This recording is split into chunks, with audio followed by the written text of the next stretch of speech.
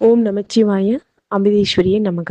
இன்னைக்கு அம்மாவோட மெசேஜ். ஆசிரமத்துல நீங்க நல்லா கவனிச்சிருந்தீங்கன்னா தெரியும், பக்தர்கள்லாம் அம்மாவோட பஜனை கூடத்தை சுத்திக்கிட்டு இருப்பாங்க.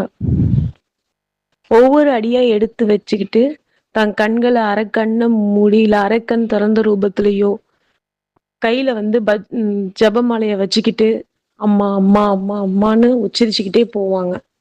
இந்த பழக்கத்தை அம்மா வந்து சின்ன வயசுல செஞ்சிருக்காங்க. அவங்க வந்து நடந்துக்கிட்டே அம்மா அம்மான்னு ஜபிச்சுக்கிட்டே போவாங்களாம். அப்படி போறப்ப ஏதாவது ஒரு இடத்துல வந்து அம்மான்னு ஜபிக்கிறத விட்டுட்டாங்கன்னா திரும்ப நிப்பாட்டி பின்னாடி ஒரு 2-3 அடி வந்துட்டு திரும்ப உச்சரிச்சுக்கிட்டே நடப்பாங்களாம்.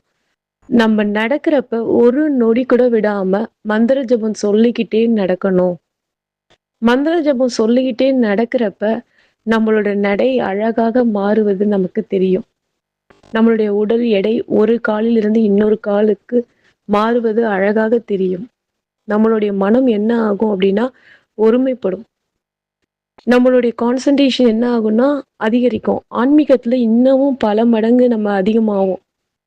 நம்ம ஒரு குறைந்தது ஒரு 10 நிமிடமாவது நடைப்பயிற்சியை ஃபர்ஸ்ட் நம்ம ஆரம்பிக்கிறோம்.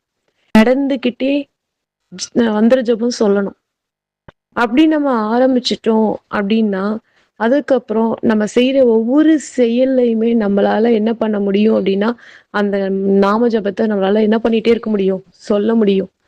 ஈவன் நம்ம தூங்கிட்டு இருந்தா கூட நம்ம மனசுக்குள்ளார என்ன ஆகும்னா அந்த நாம ஜபம் ஓடிக்கிட்டே இருக்கும். இதுதான் அம்மா வந்து நடை தியானத்தின் மூலமாக நமக்கு உணர்த்துற மெசேஜ். ஸோ நாமளும் இனிமே தொடர்ந்து நடைப்பயிற்சி செய்வோம், நடை தியானம் செய்வோம். நாம இருக்கிற இடத்துலயே அம்மாவை மனதார வழிபடுவோம். ஓம் நமச்சிவாய.